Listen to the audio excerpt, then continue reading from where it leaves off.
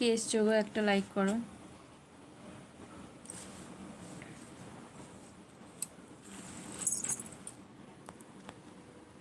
আমার মেয়ের জন্মদিন সামনের সপ্তাহে, কিন্তু ও আজকে একটা গিফট পেয়ে গেছে।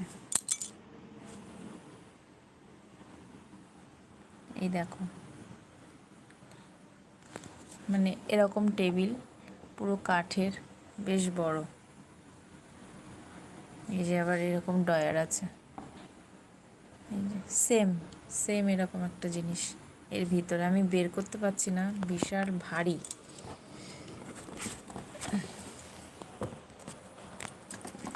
এই না, এই যে কাঠের এটা।